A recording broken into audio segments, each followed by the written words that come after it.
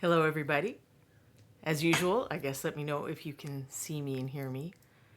I feel like I might be on a bit of a delay. Let me know if you are seeing that too. Oh, look at that. Michael is here, Clever Crow Studio. I'm going to say Soul? I don't know. I don't know how to say your name, but thank you for joining. Jedi Jared, Quindy, Bob, and Julie. There is a little bit of delay. Solid Soul. Okay, thank you. I'll probably forget that. And Gary Michael Cosby. Let me see if I can fix the sound thing. Do I remember what to do? Sure, let's say I do.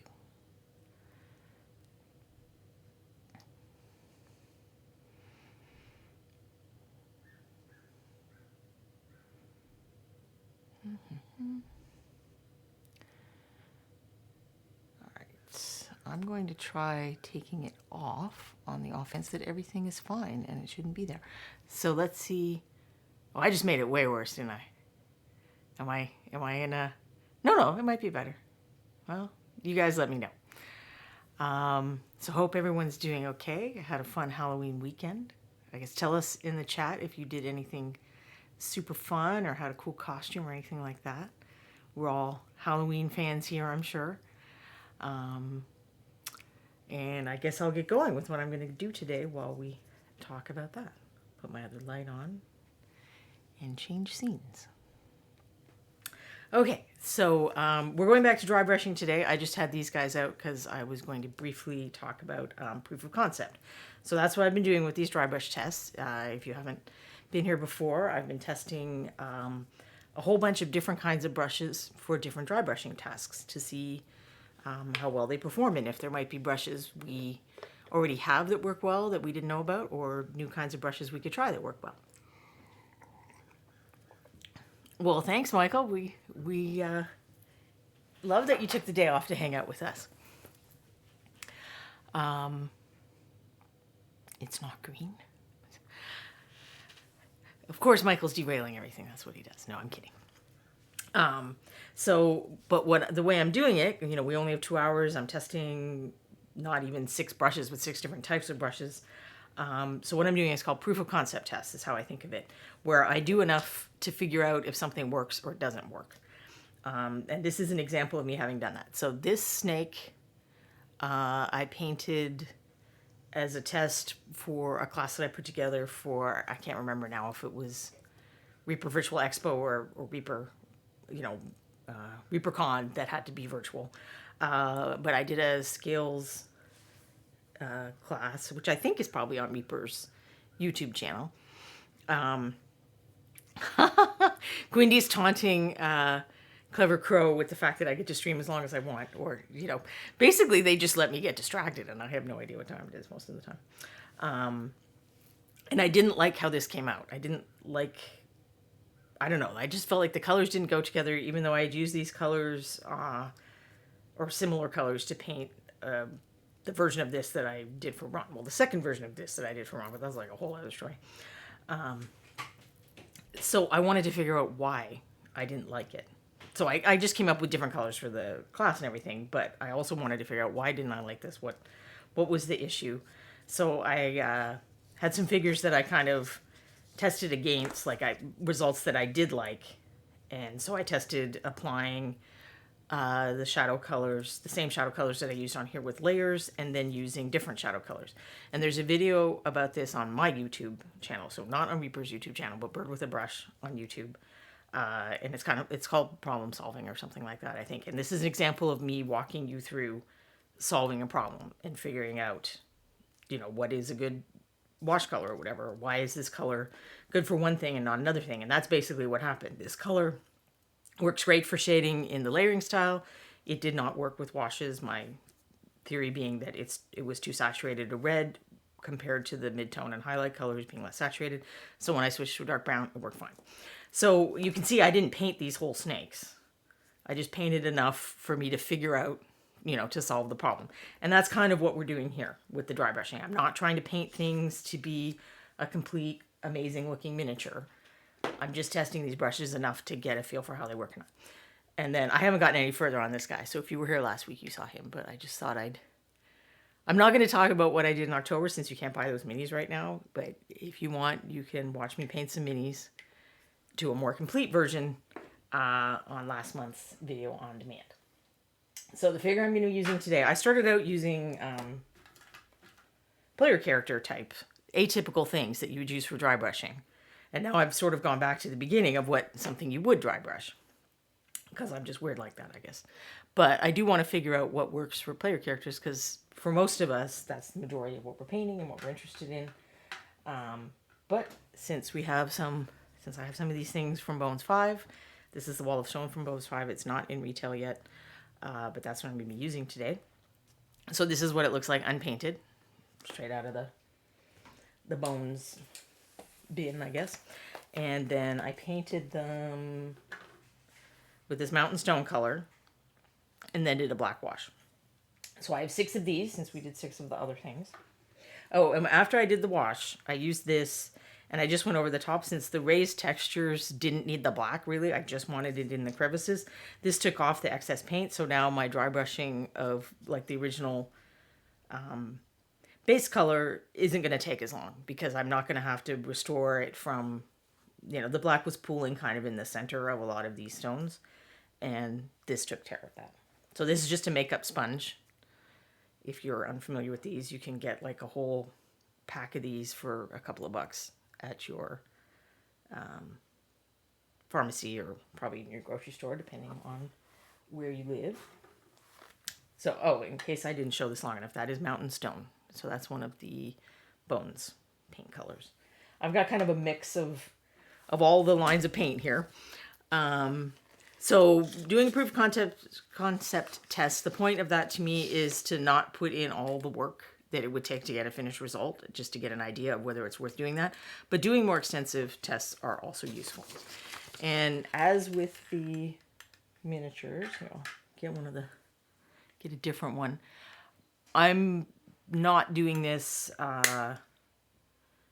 with just the haphazard scrub all over dry brush style. I'm also trying to keep in mind directional use of the tool, thinking about light, all that kind of stuff. Michael wants me to use retired colors, as I do so often in actual painting. But I do try not to do that on the show. I've been trying not to do a little bit in actual painting too, but it's going to be hard because if something's faster, like if I have mixed colors that are going to make my job faster, that's what I'm going to want to use. Plus, I like what I like. And I have a Dragon Horde stash of colors down in my basement. Oh no, now you know where it is. Don't tell Bug Lips. I know Quindy's here. Don't tell Bug Lips. Quindy actually says, technically the Bonesylvanians are still available. They haven't turned them off yet. I think they're letting the stock run out. So there you go. If you didn't get some of those, you have a last chance dash to do that. So I will put this unpainted, and I did so I airbrushed on the base coat color and then did the wash in a traditional way. There is no priming here. I haven't had my primer rant, but I think you guys know how I feel. We're not going to discuss that. I did not, as I usually do, shake my paints prior to the stream. So you may hear, I guess I'll mute when I'm doing the paint mixing. So as I did with the other figures, I have numbered them so that I will remember which are which. Because if you go back to the beginning of the show, there are some wash tests where I didn't do that, and then it wasn't as obvious as I thought it would be by the end. I'm just going to use this, assuming it works. If it doesn't work, I have my regular wet palette as a backup, but I think dry brushing sometimes does work better with a non-wet palette. So all right, let's start with number 1. And I'm going to, the black I used, which I don't think it matters, but I used Besmara black for my wash. I'm sure you could use any black and it will be fine. Quinny says, I will always take your side over Bug Lips' side. Wow, poor Bug Lips.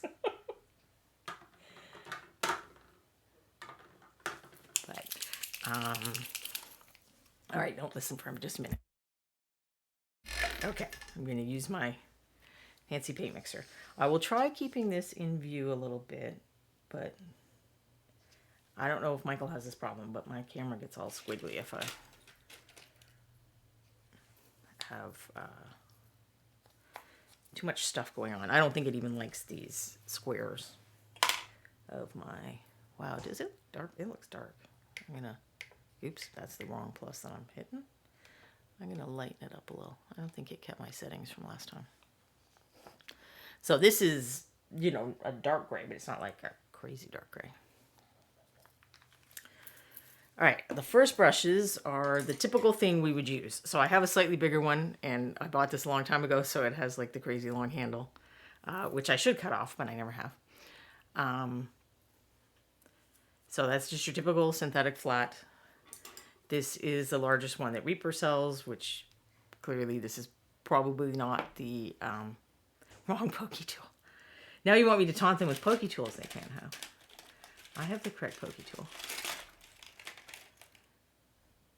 There's the super cool Clever Crow Pokey tool. You can watch his show tomorrow and try to win one of these. Do we get any hints to your guest? So these are the two that I was using on the character size miniatures. I also have these that I just wanted, like another, this is a good inexpensive brand.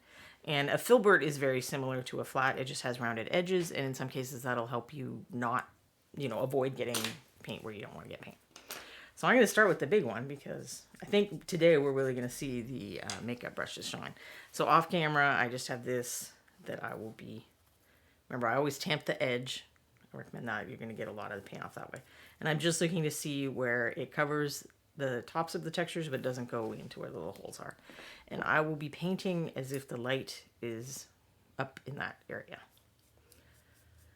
But this being the original color,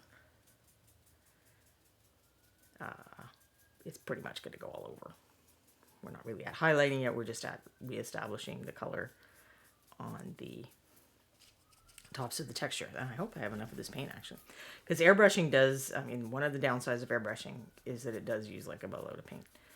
And this color, I have to admit, I don't know if there was a problem with my airbrush. I took it apart and cleaned it in the middle. And I kept having this problem. This is the most clogging paint color that I have ever used, like even above primer. And there were like, you could see little clumps, I guess, where the paint, like I could see when I was cleaning that it had made clumps. So I presume that is what was happening. But that was one of my more frustrating dry brush or airbrush experiences, was doing the base coats on these. Yeah, I'm going to need so much paint, and I don't know that I have that much. I'll have to run over and see if I have another color that kind of matches that. Maybe I should just do part of these stones, but we're going to, I'm sure, see an impressive speed difference when I get to the big brushes. I mean, this is a decent sized brush, especially given we were using it on character size miniatures before. But the big makeup brushes are really going to shine on this, I bet. But I'm wondering if the second brush, which I pretty much hated for the character miniatures, is going to redeem itself now. All right, so that's the original color. And what did I choose as next color up? Stone gray. This is a slightly transparent gray that I like a lot for stone, weirdly. Quindy says she hasn't taken her Clever Crow Pokey tool out of the package. And I did debate it. I kept it in the package for like a couple of weeks before So there's the new color. Which hopefully isn't too much lighter. Although, this does not look dry. Okay, that's going to be interesting. Well, maybe we're going to have to go out of sequence. I'll go to the second one, and we'll do the great big brush. So, but what I had found in the previous test is this brush is so soft that it just ended up being streaky and did not give a very attractive result. But this may be the area, you know, this might be the kind of surface that it was made to work on. I mean, okay, it was made to work on acrylic canvas painting. But as ever in our hobby, we are repurposing things. So I don't think I saw any Halloween stories.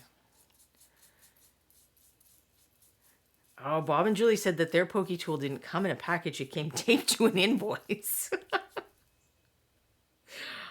Wow.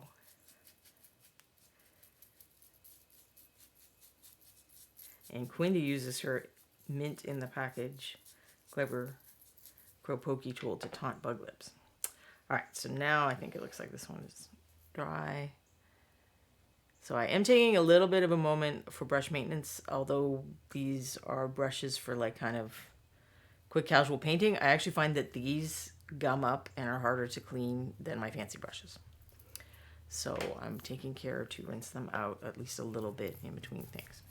Now I'm going to go to the stone gray, which hopefully isn't too big of a jump. If it is, I could kind of mix those together, but as this is proof of concept, I don't want to go too crazy. So that since the light is coming from here, I'm going to start my paint application from that direction.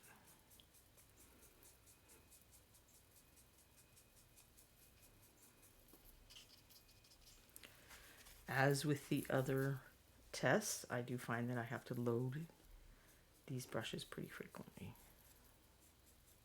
Well, load and then unload, because that's how you do in dry brushing.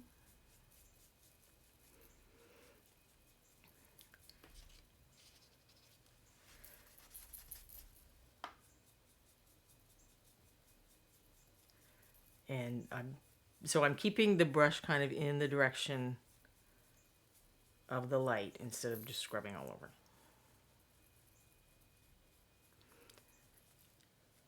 So no one has Halloween stories?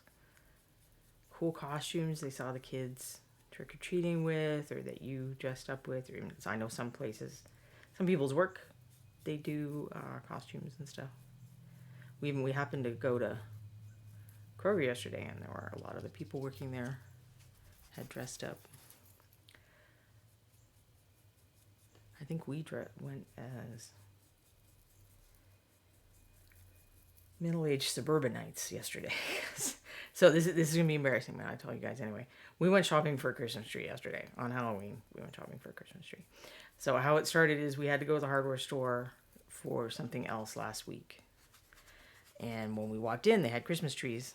Quinny didn't have any trick-or-treaters, and all the scary movies she watched were lame. Well, that's stupid. We watched Doom Patrol, but we happened to get to an episode that featured zombies, so it ended up being very thematically appropriate. So as I was saying, I shopped for a Christmas tree on Halloween. So we'd gone to the hardware store, and they had up all the Christmas stuff, which I think it was, I don't know if it was in chat here. I think it might have been in chat on Reaper Live. Someone was saying that partly they've done that because they ran out of Halloween stuff early because of the, shipping logistics problems that I'm sure you've all, if you're in Kickstarter, you've heard about shipping logistics problems.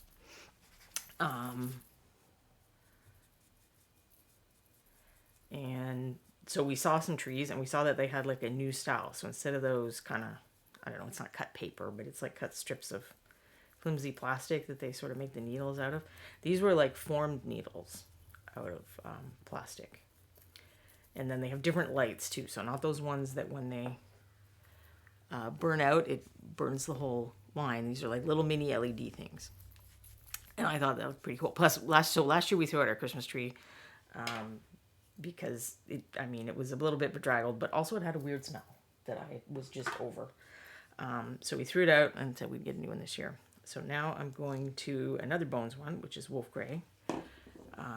Stone Gray and Wolf Gray work pretty well together, I think. And Mountain Stone as the darkest one. Yeah, Mountain Stone is the darkest one. So these work together kind of as an unofficial triad, but I do find that I want to add something darker and something lighter on either end. But this is also true with official triads. So, all right.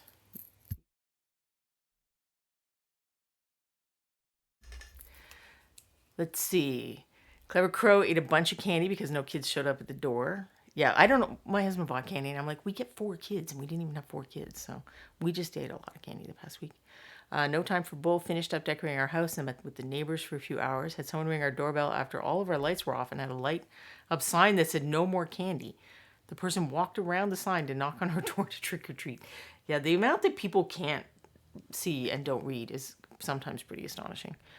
Kiriniko watched Dog Soldiers and The Descent when they got home, so the day wasn't a total loss. Quindy hasn't seen Dog Soldiers but liked The Descent. And Bob and Julie had more trick-or-treaters than ever before and went through 4 bags of candy. So everybody that didn't come to all our houses went to Bob and Julie's house. I'm at the right color, aren't I? Yes. Although that doesn't look very much lighter, but we'll go with it.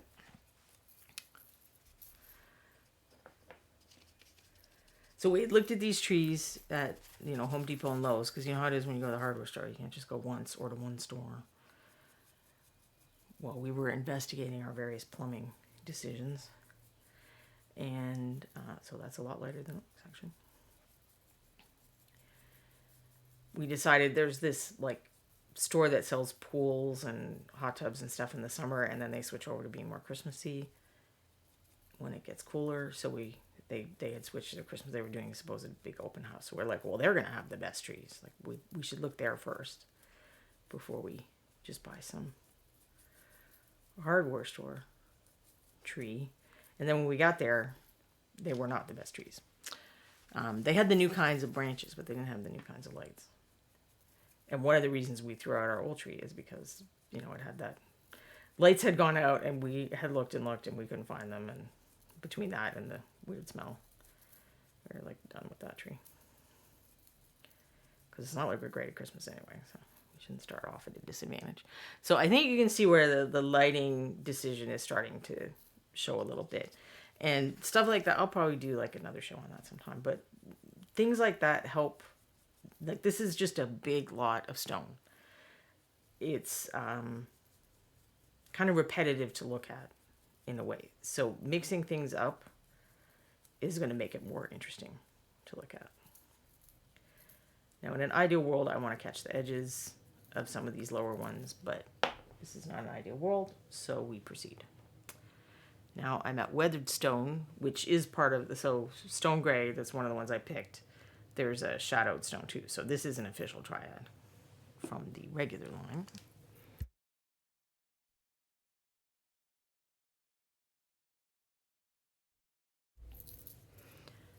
Just gotta clean my brush off for a minute. It's nice to see that everybody was Halloweeny in some way or another. Well, so we went to the hardware store. This is funny. I saw Death loading his car wearing Crocs. I wanted to take a picture of the guy, but then I was like, no. Make him self-conscious. But it cracked me up that he was wearing Crocs so much. I don't know. I mean, I guess, Death is on his feet a lot. It would make sense for him to get comfortable shoes.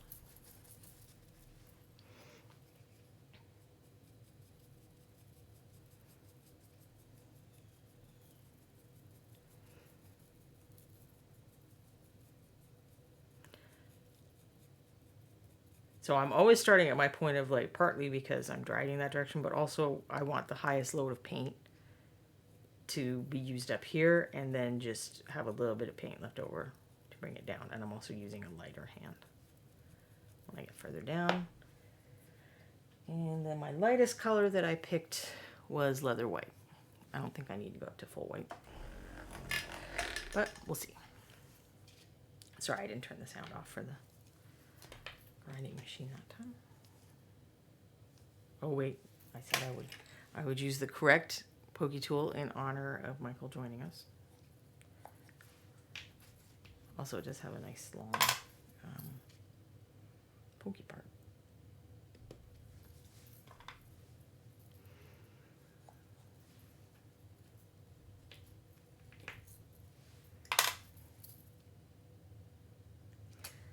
So I think this weekend is when the clocks change, this is not the annoying one where you lose an hour and have to get up earlier, but it's still a transition.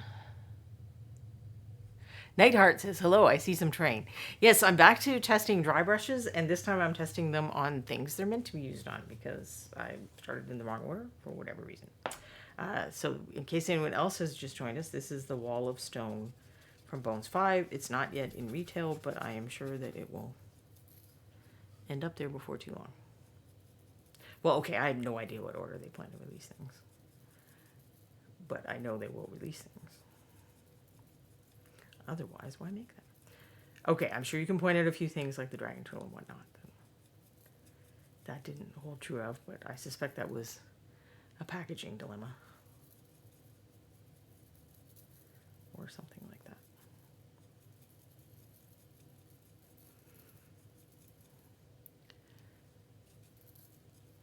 So yeah, so that's the traditional flat brush. I see no reason to go down to the smaller version, and I think it performed very well. So Solid Soul asks, where do we get the Pokey tools? So this kind with the skull is, I don't think it's always available on the Reaper Miniatures website, but it's regularly available on the Reaper Miniatures website. These are a little harder to make than a standard miniature. And actually this one I've had so long that the pin is coming out.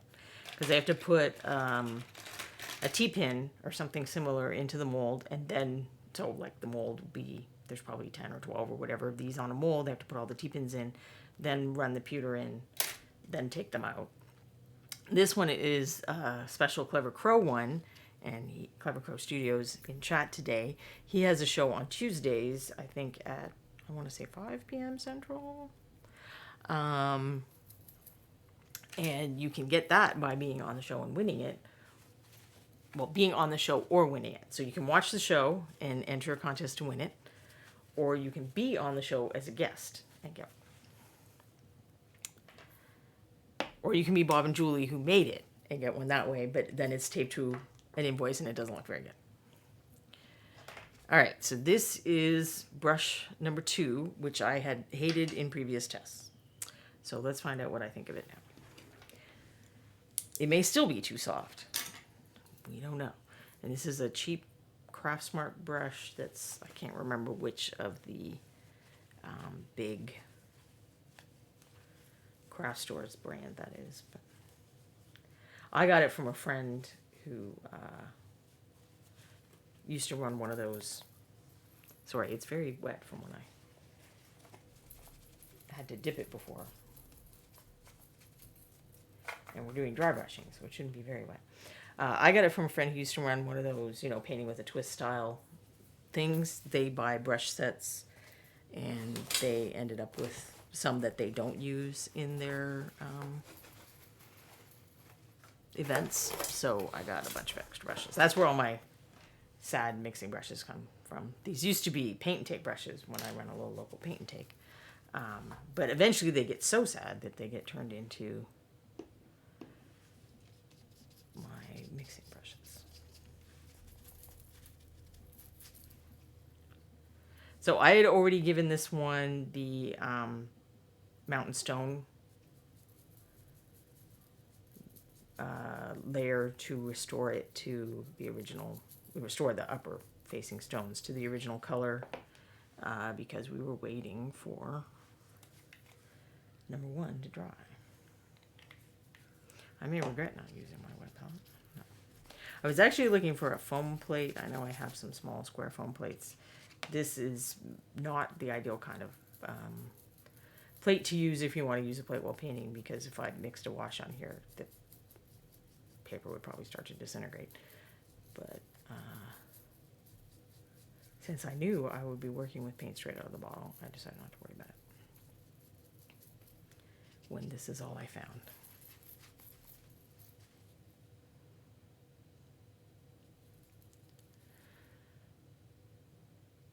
Trash feels a bit bitter, it seems like, because he did not get one at ReaperCon, even though he was in one of Michael's classes. I didn't know that Michael was giving one of his classes. I'm surprised there wasn't some kind of riot of people trying to get into the classes. All right, so that was the second layer, which is the stone gray, and now I'm going to go to the wolf gray. Wait, no. I'm going to try to go to the wolf gray, but go to the wrong pole. And so far, I think I would say, okay, the paint's a little wet. And if you were here for a previous session, when I was working on something and the paint was still a little wet, I ended up lifting color.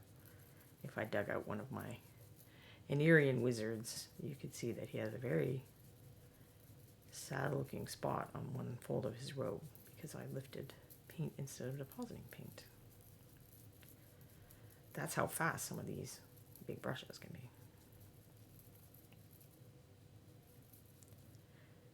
Michael clarified that he did not give them away in classes because he didn't have enough. Because, as I mentioned, they are more of a pain to make than the typical metal miniature. So when I'm trying to dry off my brushes, I should share this tip, I pinch them until I can see that there's no water coming off, or in the case where I'm cleaning them, that there's no color coming out still. This has some color because I'm just rinsing it off enough to get kind of the, if the color gets caked in there, it gets powdery, and that's partly why you'll get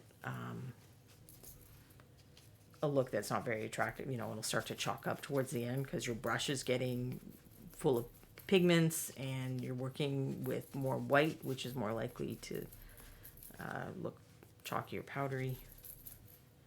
So you're compounding issues if you never clean your dry brush off. I know there are people who are going to tell you not to clean your dry brush, but I like to clean it off and then dry it again.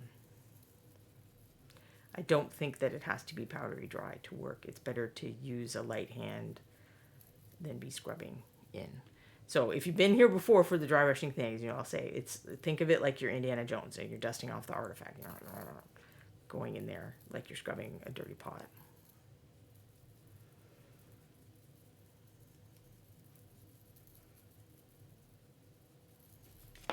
And then the final color, which was leather white, I believe. I'm not sure I brought enough paper towels.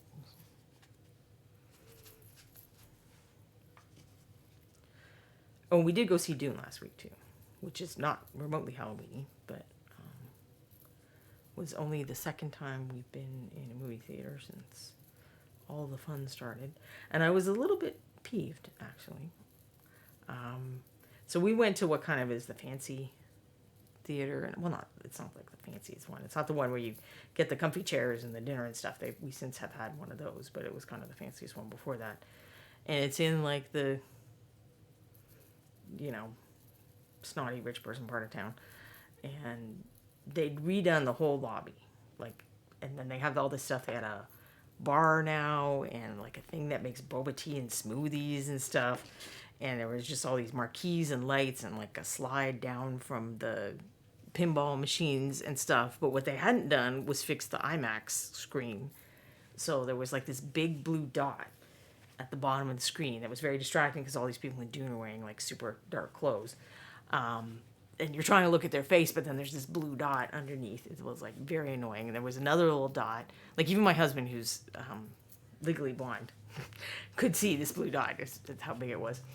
And then the what he couldn't see, but I could see, was like the left side of the screen looked like it kind of had like when your windshield gets water stains after it rains and your car is dusty. So it was like, I'm seriously paying extra ticket money for this. So this was the first one. And so I think that the second one with the larger brush, it was faster, and I think it seems to have picked out the texture a little well. So this brush that really scored very poorly in the past two tests has redeemed itself lately. We'll see if that happens with the next one, which was also one of the, oh god, I hate this brush ones from the previous thing, or if it's still terrible, we may give up before I even finish the whole thing, because this brush so far has seemed to not be suited to the purpose, even though I have used this for dry brushing in the past. So this one is, they call it a mini oval mop. A mop is typically a very soft brush, like the makeup brushes we're going to see. That's one reason I started trying this, because it seems similar to the makeup brushes. It's designed for watercolor, so it's designed to do big washes of really thin down color. It is not at all designed for what I'm doing. But since it was soft, I thought that was a similarity with the makeup brushes. But I think that it's too soft. So, or it doesn't have enough density of the hairs. Because you see, it kind of does this. Doesn't keep its shape very well.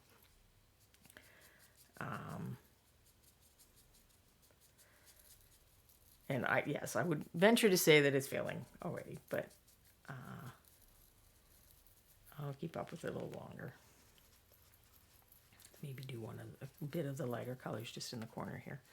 Trish says now we all have to stay alive till 2023 for the next Dune film. So I did like it. It's a visual audio feast for the senses, really. Even if you disagree with some of the, if you disagree with some of the casting decisions or adaptation, I mean, I think it's really pretty faithful. I'm listening to the book now on audiobook, and I think it's pretty faithful, other than, obviously you have to condense some stuff, because that, even a 2-part movie, you're not going to be able to get through all of that. And years ago, did anyone else watch this sci-fi channel? I think back when it was sci-fi, not sci-fi or whatever they call themselves now. They had a mini-series.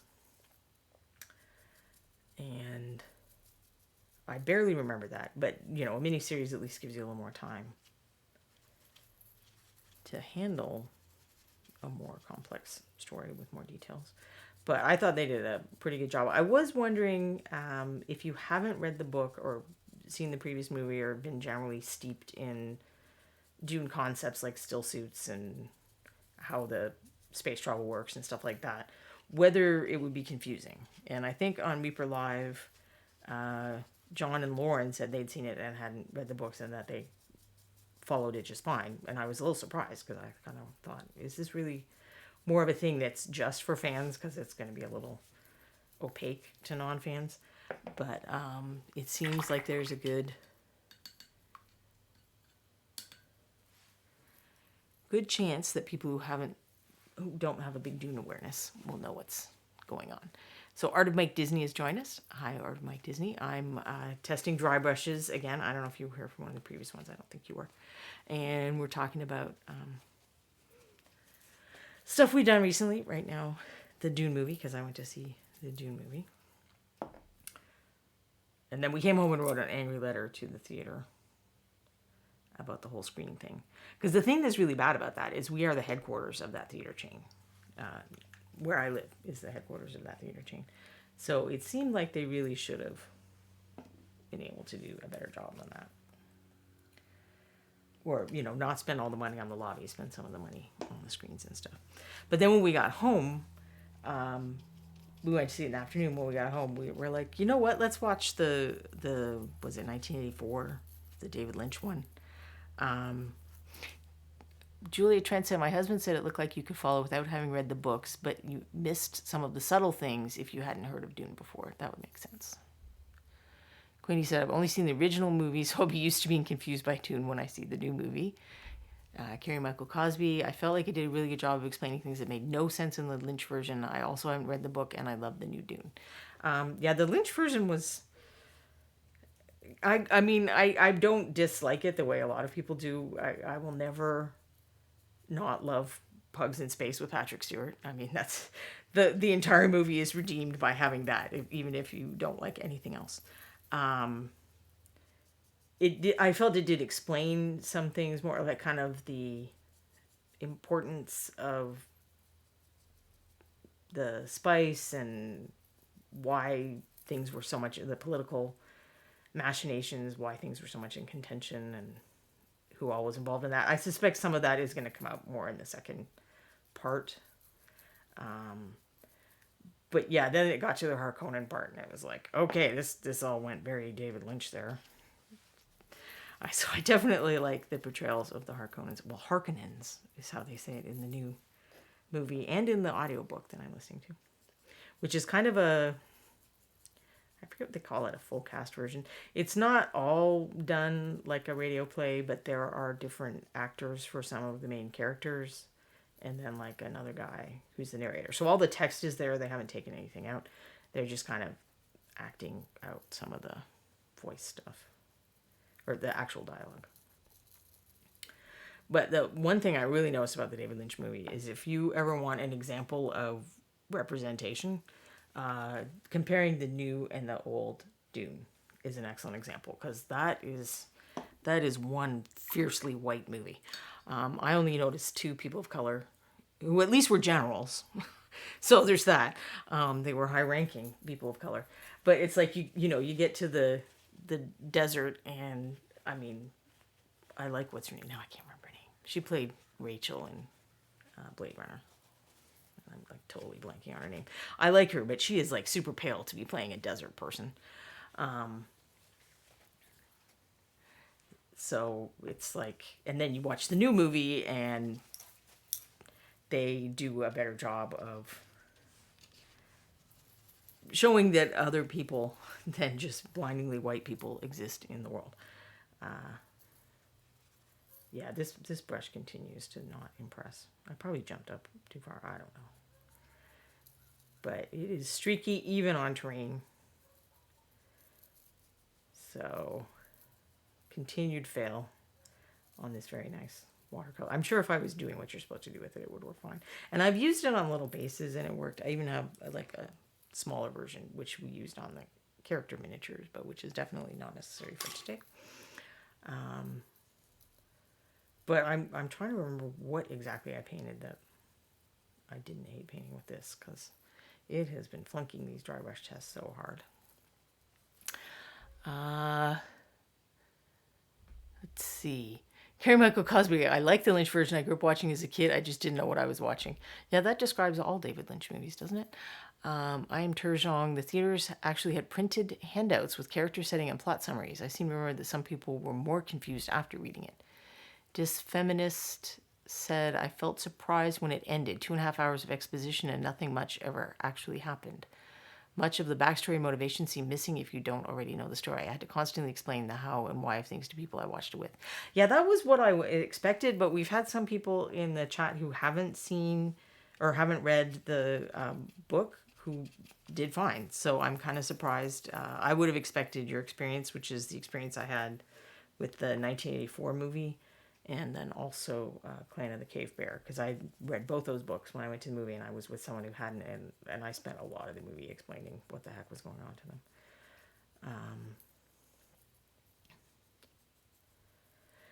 But yeah, it does kind of end in an unsatisfying way, because you're like, I have no idea what they should have just let him film both of them at the same time.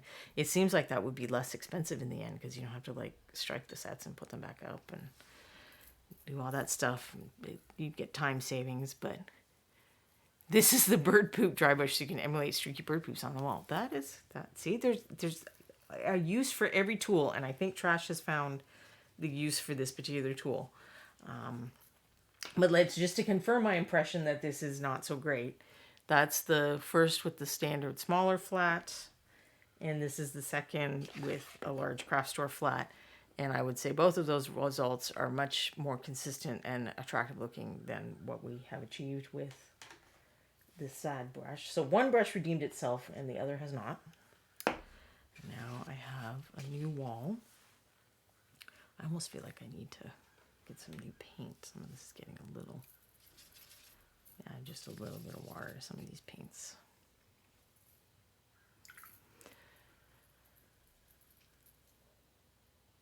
Grey Wolf XR said, my wife can't stand the voice actor for Peter in the audiobook. Well, I mean, he's not a great character, so I guess it's kind of in character, but there were a couple of the voice actor choices that I felt surprised by. Like, I didn't feel like they really matched the character that well. It's not to the point of distracting, but it was kind of like, okay, that's a little weird. So this is one of the makeup brushes I have, and we'll go up a minute. Well, here, I'll show you in that camera. So I got this set. There's like a bunch of these things in here. And this was, I paid $14 or $15 on Amazon and got like all those different brushes. A lot of them are perhaps not the most useful for miniature painting. You can see I have used some of them because they've got color on them. This is actually the smaller version of this, the pointed round, which we will not need today. But what I really like is about a 1/2 inch version of these, I think. So this is almost a full inch in, that's diameter, right? Yeah, diameter. But what I found recently, so I was looking for nail files, and they happen to be in the same section as some makeup brushes. I was at Kroger, because Kroger and Walgreens are now kind of the same for this stuff. But then when I went to Walgreens later, there was an even bigger selection of like they had little sets too, and they looked like a pretty good size set. It was like more brushes like this. So if you're more interested in character miniatures, you might want to shop more intent, like, you know, look for specific brushes instead of just getting a giant set. But I mean, I certainly did get some of the correct size. So if we're still working on the character miniatures, this would have been a useful size to have after we got through with the kind of the big sections of the cloak. But I don't think it's going to be necessary for the wall. Unfortunately, I didn't find it until this point. And that is number 4, right? Yes. Making sure that I'm maintaining my experimental methodology. So if you weren't here for the previous test, you could see that this soaked up a lot of paint and something else when I put it here. It's going to go longer. So this seems alarming, but it doesn't use quite as much paint as you think. For one thing, I'm already done wiping it off. So unloading the brush, because a lot of that paint is still in there. And I'm going to be able to go, I expect, a little longer than I did with any of the flats. Or even that little mop, because that mop was little. So I'm probably going to be able to finish the whole. This is going back to the base coat color to kind of bring that color back after doing the wash that I mostly just care about being in the crevices. And I had to reload several times to get this far on the first couple of walls, and I'm pretty much able to do this whole section with one load. Now we need to give that a sec to dry, as well as I need to try to get the excess out of my brush before I go to the next color, which is the stone gray. That one. And again, it's used up quite a lot of paint.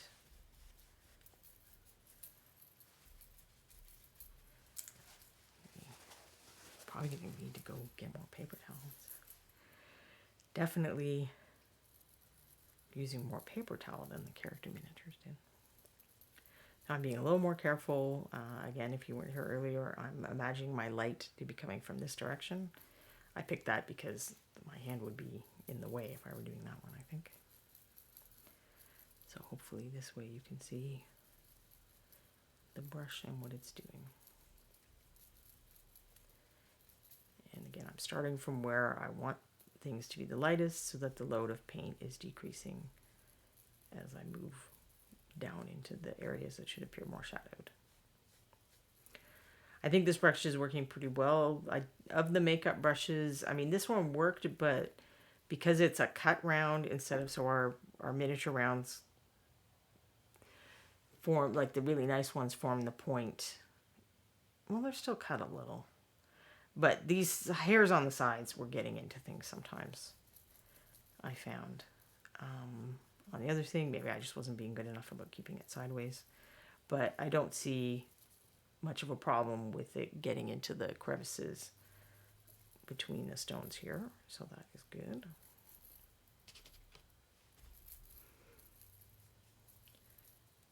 And I went back for just a little paint, but again, one load pretty much did it. And now I need the wolf gray, because that has completely dried up on my palette.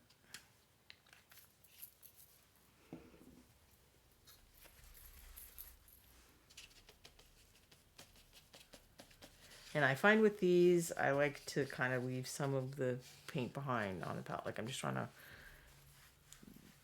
disperse it through the bristles, not get this gunked up with paint. Although it certainly does soak up the paint. So yeah, I think it's the combination of the softness of the bristles and kind of the density that they're packed in there that really makes these work well. And they're certainly fast. I didn't time myself because I keep forgetting to do that when we're working on these tests, but I'm pretty sure that this is going faster than either of the flat brush ones did. So yeah, now that we have HBO, so we'll probably watch Dune again. I did think that there were several times when the dialogue was a little too muttered and realistic, they kind of lost in other sounds, and that there were things I missed, and that did annoy me. But it's not like that never happens at home. We run subtitles sometimes, even though neither of us have hearing problems, because I find when they're doing this layered, realistic sound, people talking over each other kind of thing, that it's, you miss stuff, and that annoys me.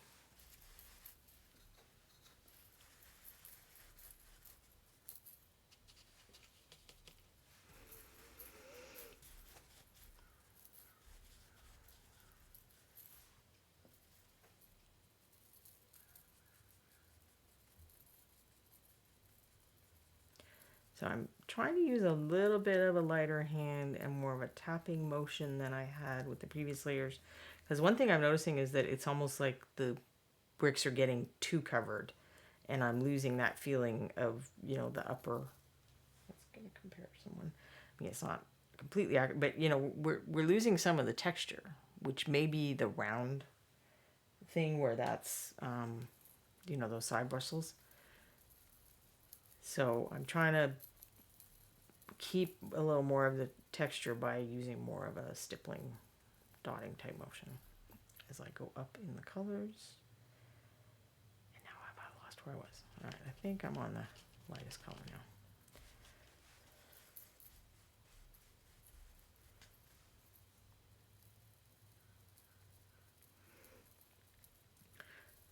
So as with everything else, it's not strictly about the tool.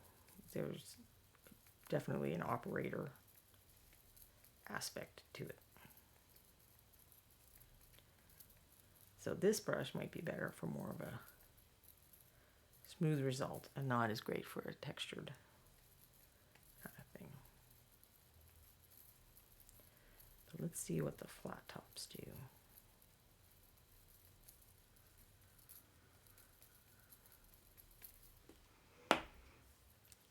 I just want to make sure to soak that before I move on. I won't make you guys watch me clean these unless we have a little bit of time left over at the end.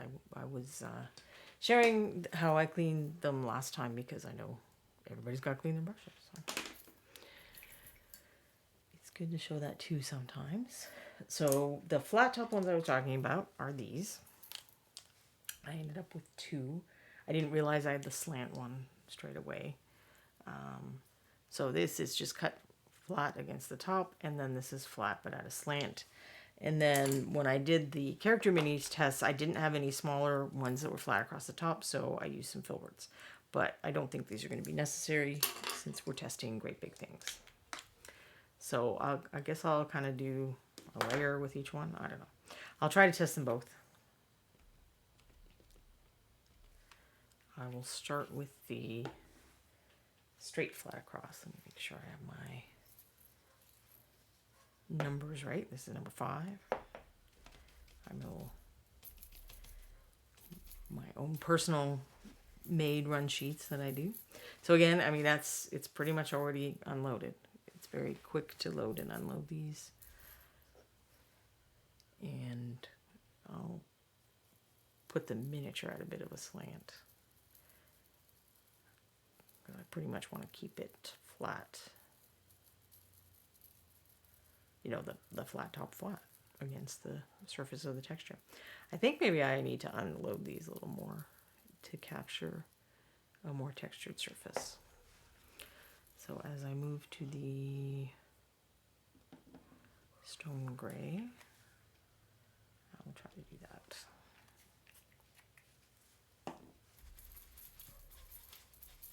I can see why people who paint terrain get craft paints, because you certainly go through some paint.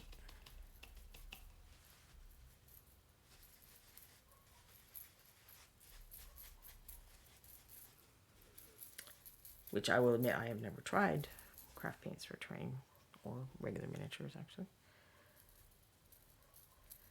I'm kind of in the school of use the tool that's designed for the thing you're doing. So now I am wondering if it's going in the crevices a little, but I don't see how it could.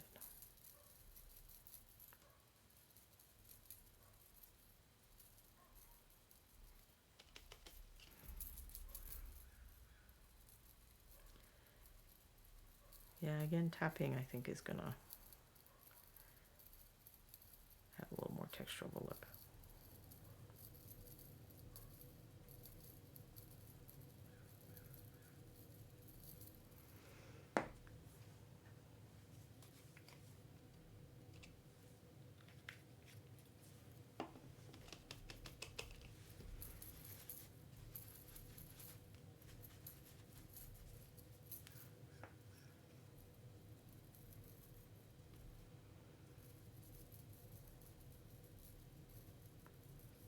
Stippling, I guess.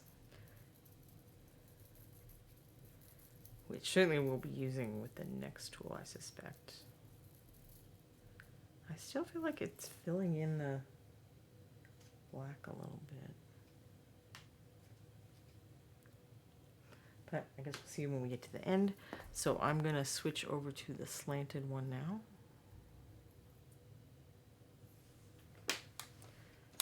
With the... I should really line these up so I start forgetting what it is. Wolf gray.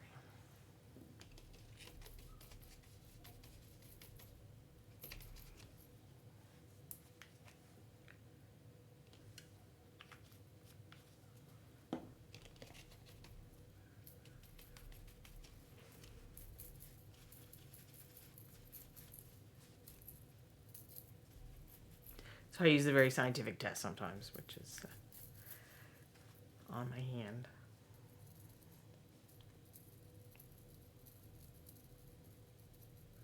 Yeah, I'm liking the slanted one a little better. I don't know why it would make a difference, but apparently it makes a little bit of a difference.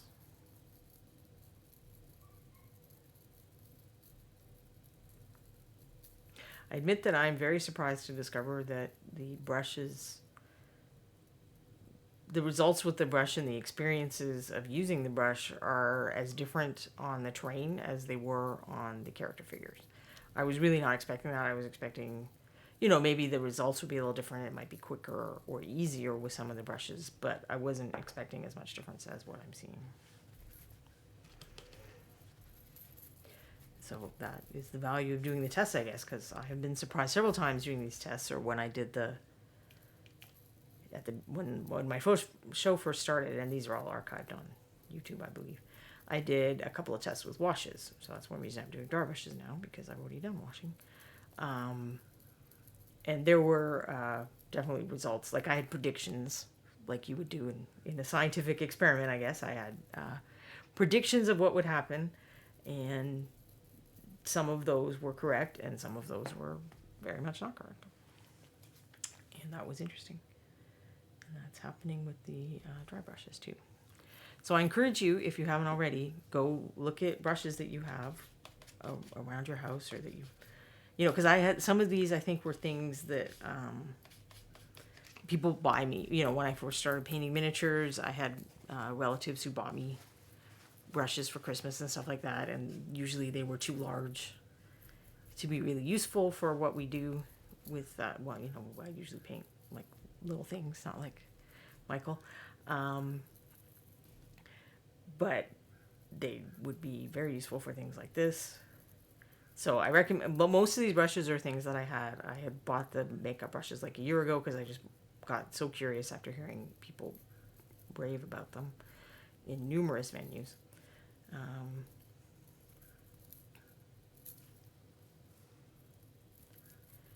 But yeah, I encourage you to do some experiments of your own to see if you can get different effects, or things are easier or quicker to do stuff with.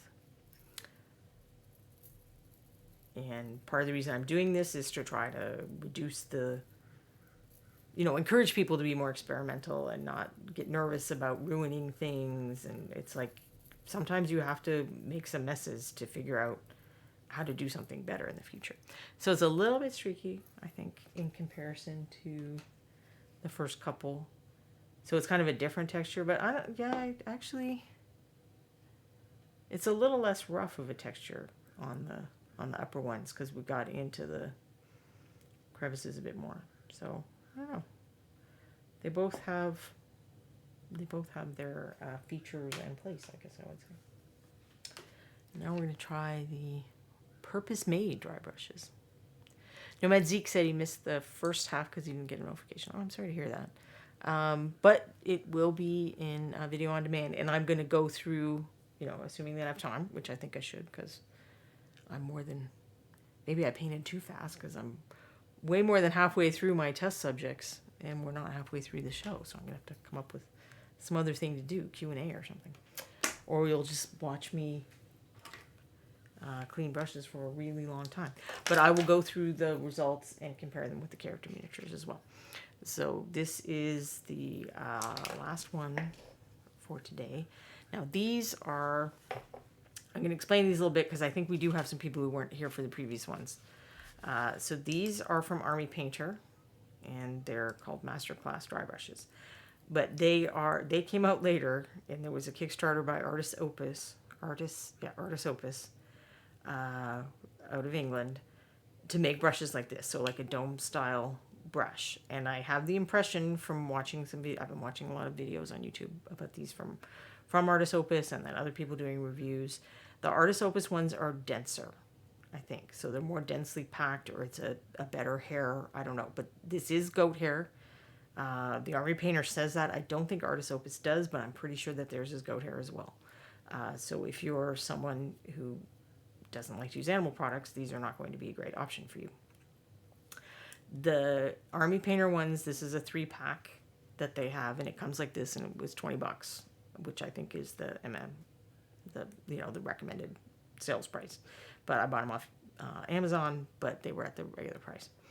The Artist Opus you can buy it as a 5 set, or I think you can buy it as just a 4 set. Well, you can buy it as the 4 set, and then you add the really big one, I think.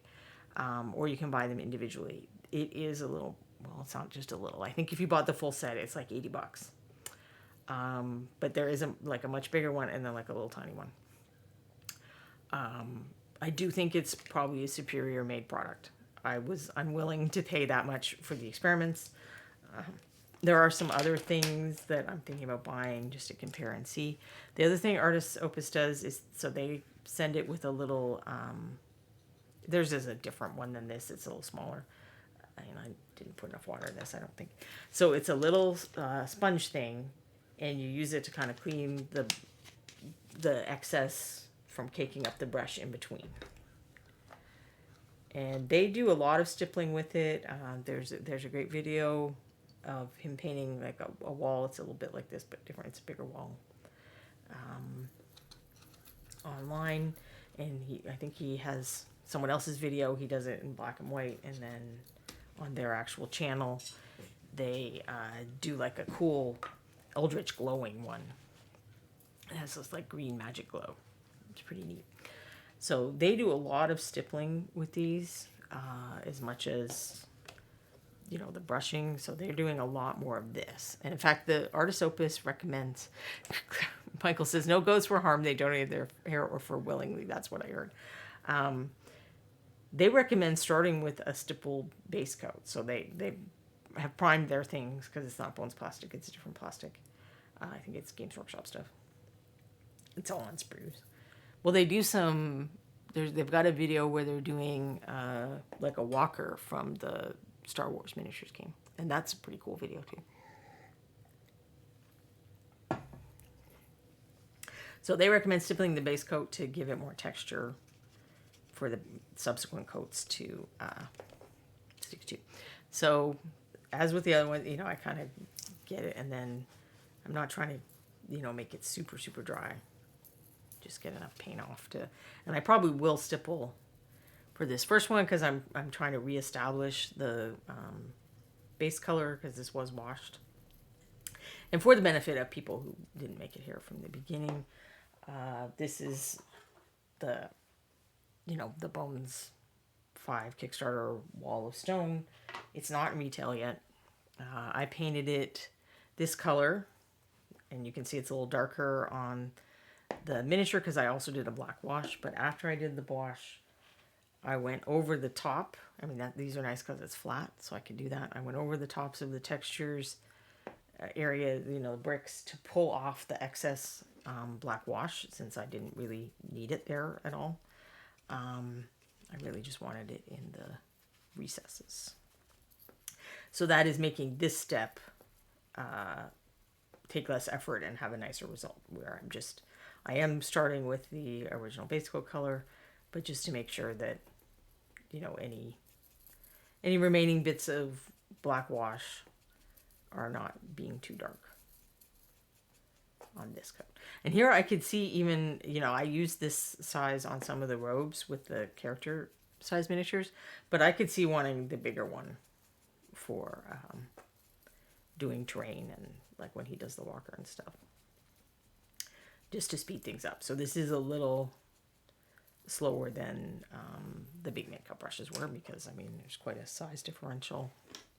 These are like soaking wet now, but there's quite a size differential between my 1-inch makeup brushes and the largest one I have of these dry brushes. I think the dome shape is part of what makes it work. So it stops it from getting stuff into the crevices, and it helps make for smoother transitions and stuff.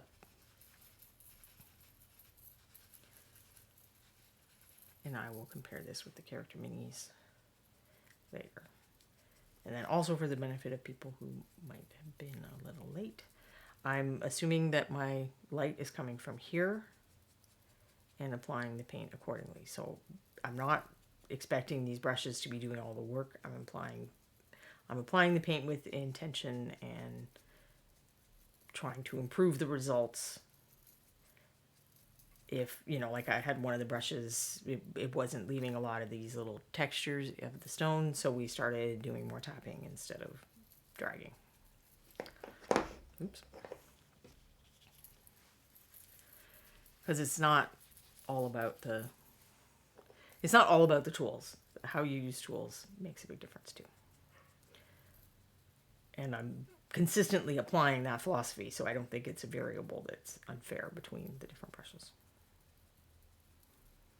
I'm going to try holding it here, because I bet this is shaking a lot in your view. That's one thing about this kind of painting, is a little more vigorous as opposed to, you know, my tiny little touches with a Winsor Newton brush when I was painting characters last month. Which Quindy has said that if you didn't get all of the Pennsylvanians that you want, they might still actually be on the web store, so you have a second chance. And I actually went and replaced my, I got another Betty and another set of familiars, because my husband has a plan for some of those. So I had stolen the ones I painted for you guys from his stash, actually. So I got him replacement ones last night, because I didn't know that they were going to leave them turn on. Am I going to use Ed's house brush? I am not going to use Ed's house brush, but this is certainly a time when you do that. But like Ed, so if you watched Ed, I watched him painting the boat. That was a weird thing about being at ReaperCon, because it's like, if you weren't at ReaperCon, all you had were the streams. But if you were at ReaperCon, you didn't get to see the streams. So when I came home, I watched a bunch of them, and I was very fascinated watching Ed paint the boat. But he said, like, even if you're using house brushes to paint terrain and stuff like that, it said don't buy the crappiest house brushes, like buy good ones. And that's a similar thing here, where this brush actually is not a super cheap flat. I was pricing this when I back to the art store, and I mean, I wouldn't mind having a less expensive one. I certainly would like to have one with a shorter handle, because long handles are dumb for what we do. But that was the one I found. I bought this, like, I don't know, 12 or 15 years ago to paint a dragon. And then never used it since. So it's a good thing it had another day in the sun. But yeah, I do believe that sometimes buying really cheap stuff costs you more in the end than find decent stuff. So I agree with Ed about that. I did have like a really big, and it is a cheap brush, but I have a really big cheap brush that I bought to apply primer. Well, not primer, but to tone canvases. I don't do a lot of oil painting, but I am trying to learn a little bit. And the local guy that I study with sometimes wants you to have like a middle gray. Not like flat, like he doesn't want it flat. He wants it kind of streaky and stuff. That's part of his process, but he doesn't want like a pure white canvas. So when I do his workshops, I have to go get another canvas. Sorry, I should do something about putting these paints in a line or something, because then I forget which one is which. Because I'm used to having my wet palette all laid out in strips. Like, I paint very differently to Clever Crow. So if you haven't watched Crow's Nest yet, he usually paints during the show, and I would watch him paint. It's always interesting to see how other people use their brush, use their, deal with the paints on their palette and stuff. It's fairly different to how I do things. I like to have everything all mixed up in separate mixes. Like if you watched, not last week, but the week before, where I was painting the Ghost Bride, I had everything ready to go even before the show, because I was painting monochromatically, so I knew what colors I needed before I started. And I tend to paint like that even when I'm not painting monochromatically. I like to mix all my colors and have the transitions ready to go, where Michael will get a little bit of a color and a little bit of another color and mix them together on his brush and apply it to the miniature, and then do that again. And there are people who paint in both ways, and it's worth trying to see which one works for you. I think people who do it Michael's way have a better sense of value and color than I do. I mean, I've probably improved over the years. The pre-mix thing is... Well, actually, I didn't pre-mix when I first started. I would... the secret to my smoothness, went back when I didn't know what I was doing, is I would just have 2 pools of paint. So I'd have like the color I started with. So in this case, it would have been the Mountain Stone. And then I'd just mix a little bit of a lighter color in, do a layer, mix a little bit of a lighter color, do a layer. The downside of that is I just had that 1 pool of paint. So if I realized later that, oh, look, I didn't paint the back of this wall, then I'd have to go do all of the mixes again. It also doesn't allow me to do the kind of back and forth that I do. So if you've watched me painting lately, or you watch me doing kind of the repairs on, not repairs, but improvements on the Bugbear and the Blacksmith that I did leading up to ReaperCon, to show you kind of how you would take a miniature and make it a little more contest suitable. There's some back and forth. There's like, oh, I went too far with this, I need to fix that. And that's a lot harder to do if you have all your colors. Like if you only have 1 pool of color as you go along. So my painting has improved a lot by not doing that thing that I was doing at first. But I do like having my mixes on the palette.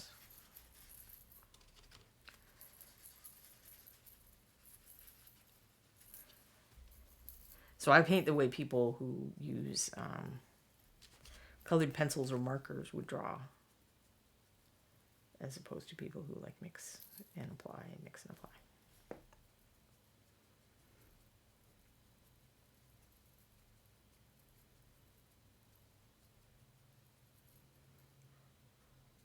So this is the second to last color, which is Weathered Stone. I will show all the colors again at the end, I think. Queenie says, voting for the Sugar Skull contest is open, so make sure you go out and check the gallery and vote for your favorite entries. Oh, I definitely want to check that out. I'm very curious to see what people did with that. That was such a fun idea.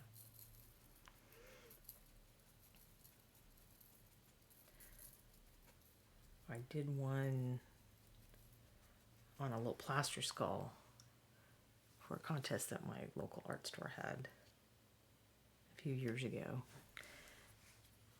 I ended up using wash paint, which is it's like opaque watercolor. It's a water-soluble paint. It is not suitable for miniatures, although I've seen people use watercolors watercolor paints to do like freehand, and then you seal it and hope that you seal it well.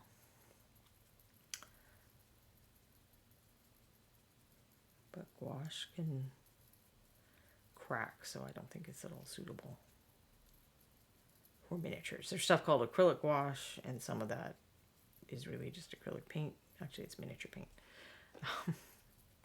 The art store companies reinvented miniature paint. It cracks me up.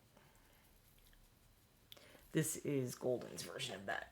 I love Golden because they just call a thing. They don't make up these names. So they just called it matte acrylics, where Liquitex called their version acrylic wash.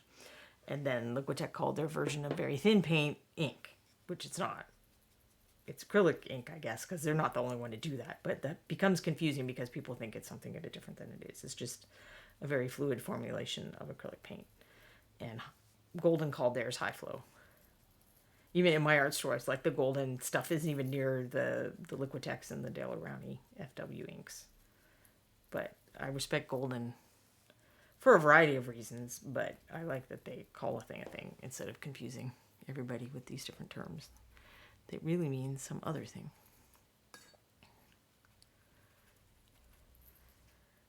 So it looks a little beat up in the end. It's wet now, and I'm not drying it off. But I think it did pretty well.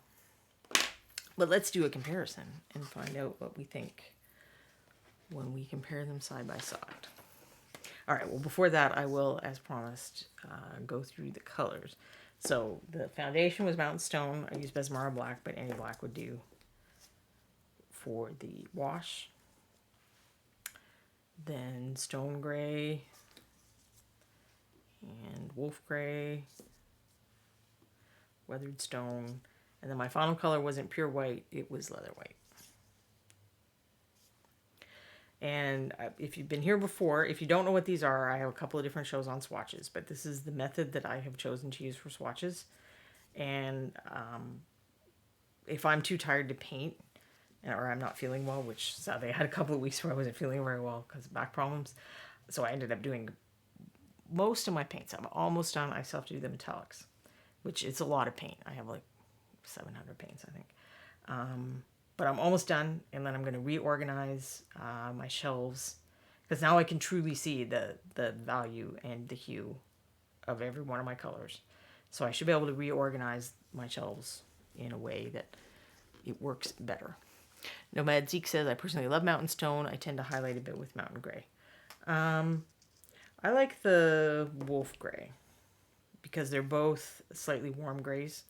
So Rainy Gray is going to be like a true neutral.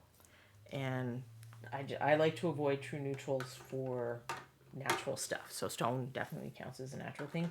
Like having a cool gray would work too. I think there's just, for some reason, the cool grays aren't as popular because a lot of the cool grays have been canceled or in lines that have been canceled. So I didn't have ones I could just pull off the shelf as easily to do what we did today. All right, so let's do the comparison. Figure out what to do with this palette though. All right, so this is wall number 1. I'll start zoomed out a little more and then zoom in if we need to. So this is the first week I did this. No, it's too zoomed in. I did this guy. So these are with the standard miniature flats that most of us have traditionally used for dry brushing. So that's this kind of robe with those. And then I have Anirian. That's a slightly different kind of robe. And really, I was a little surprised. The results weren't terrible. I did use the big one, or at least in the start. I used the smaller ones for both their hoods and stuff. But using the big one, I think, helped me get a better result. Remember, I was spending about as much time as you saw me spend just now. So I wasn't like laboring over these. I think with a little more work and effort, it's feasible to use these for quick characters. And then this is the wall version. So overall, I was pleasantly surprised that the traditional tool that we have been using for this works, and works pretty well. You do have to reload it a lot, and you have to use it with some care, but that's true of all of the brushes. But the brush isn't going to do the work for us. But it's viable. Then the second brush was like the big version of that. Where did it go? So this is a 3/4 inch. And it had very soft bristles though. So I was wondering if it would kind of be the flat version of the makeup brushes. But alas, I found that I was disappointed with its performance. You can see streaks there. I wasn't able to, because it's so big, I wasn't able to control it as well to get it into, you know, the sides to start that color a little further down. And the softness, I don't think helped. So it was partly the size and partly the softness in that shape of brush with that density of bristles. I don't think it helped. So I wasn't particularly impressed with either of these. Size does matter. For dry brushing, size very much does matter. Maybe dry brushing isn't the only thing, but dry brushing is one of the things where it matters. But this brush redeemed itself on the terrain. So I think it did a pretty nice job with the terrain. Maybe I had a little more control with the typical size, but you could also, you know, I'm doing, I don't know if I call it an artificial experiment, but I'm trying to use like one brush over the whole thing. You could, once you get to that lightest color, step down a size and be wielding it with more intent. But it was definitely more efficient, and it had more texture. Whether you like that or not is a personal choice, I think. I like how bright the lighter color got on the edges of this, but I'd probably prefer this and then trying to just fix those edges with a smaller brush or something. But that's a personal choice. Again, I am surprised that there is as much difference between those as there is. Let's see. So 3 is the art store mop, which I seem to have lost. There it is. So this is the brush that's really designed for watercolor, where most of these brushes are either designed for makeup or for acrylics. So it did a very terrible job on the character minis. It was horribly frustrating to use, and the results look like crap. It's a little better for the terrain type piece, but considering it took longer, I think, than any of the other brushes, and it was still somewhat frustrating to use, and I would say the results were a little more chaotic, that I didn't have as much control. So if we compare it to, this is the big craft store brush, and then this is the classic, and then this is the big craft store brush. I don't think the results look better than either of those. So that one has just failed every single test. Now let's see, number 4. Number 4 is the pointed round makeup brush. One day I will have summaries of these on my blog. I'm gonna have to check the YouTube, but I was waiting since the stream with this guy, I had technical problems and it ended up being 3 parts. So I'm waiting until it goes up on YouTube so I can link to just the one part. Is that shine or? Yeah, there's a little bit of shine there for some reason. I put them in a baggie together, so they probably kind of polished each other. So this is where I had the lifting. Zoom in a bit on that. So I was able to work so fast on this figure with the big makeup brush that I lifted paint off, and it's going back down to the gray surface of the. These are the Bones USA versions of an Iranian. So that is user error. That is not the brush being problematic. But I liked the results of these. It didn't do as well in the hoods, so I lost some of the darker color in the crevices because it's so big. So it can be too big, Michael, too, in case you're wondering. Oh, wait. I didn't show the terrain version of those. And that's the terrain version with that, where I think it did great on the characters. I don't think it shined as well on the terrain. Shone as well. So there's the traditional, I guess I'm doing it that way. There's the traditional flats, and you can see I captured a lot more texture of the bricks, and so did the really big flat. So this is, if you wanted kind of a more refined looking result, you wanted something that looked less rough, you have that option, I guess. So you can get different results on the same piece using different brushes.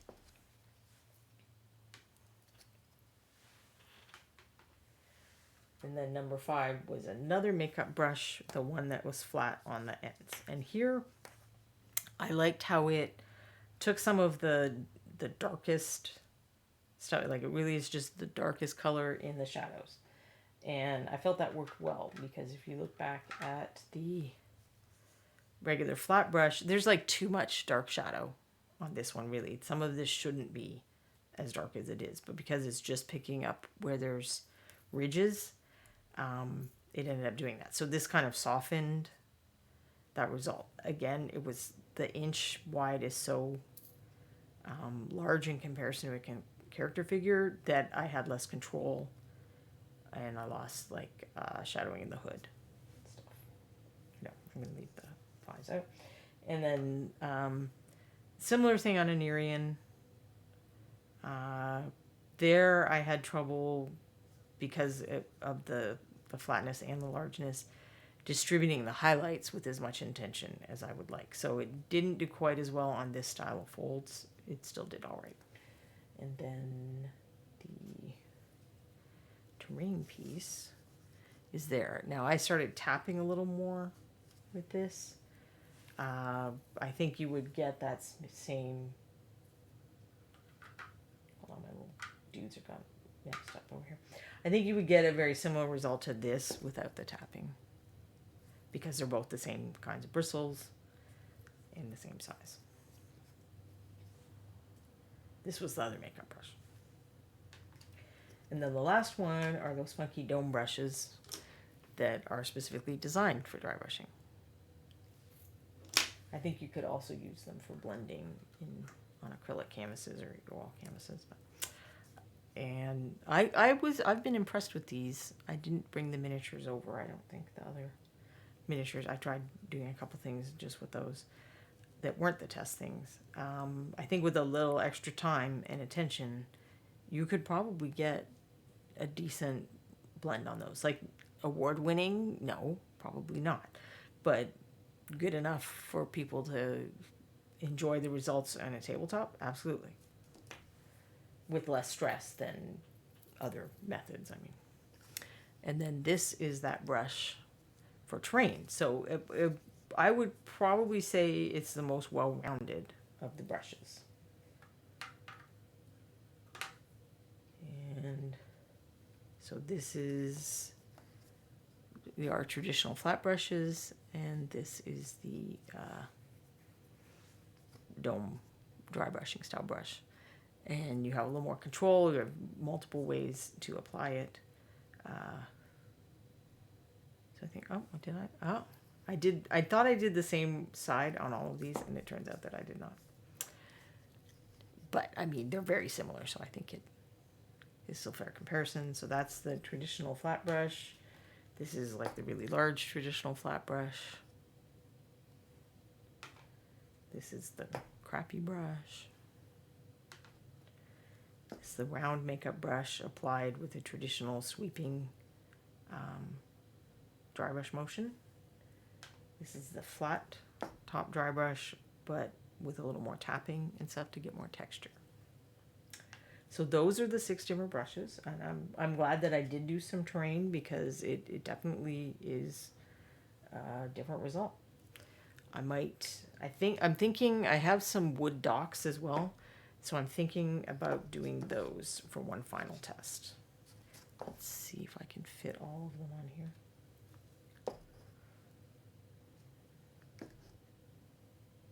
So I don't know if you would find that boring if I do another one, but the thing about the wood texture is this is a pretty large textured surface. I mean, the depressions are really etched in, and the things that are raised are very raised.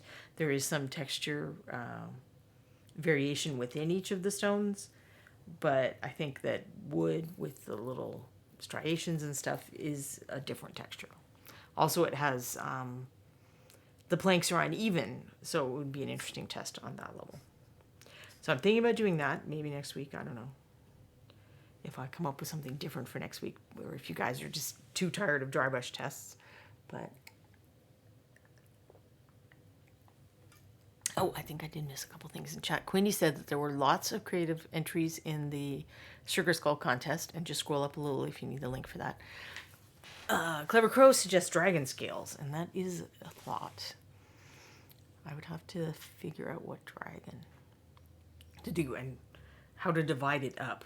Because the nice thing about these is I could get multiple copies that were almost identical if I hadn't flipped this one over to the wrong side. And then the same thing with the docks, although I think the docks that I had, there's like 2 small dock pieces. These are stuff from Bones 5 again. And then there's one longer dock piece, so I was just going to divide the longer dock piece in half. So 1/2 for one brush and 1/2 for the other. And yeah, I ended way too early.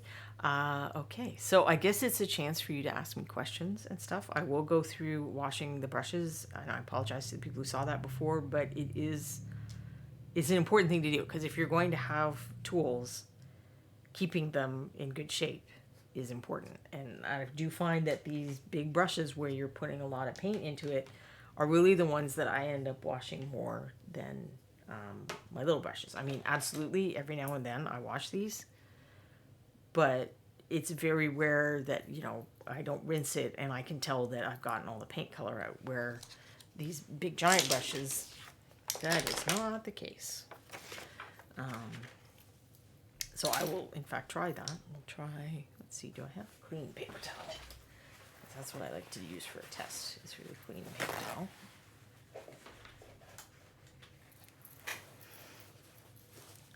And I will try rinsing this until I think it's super rinsed.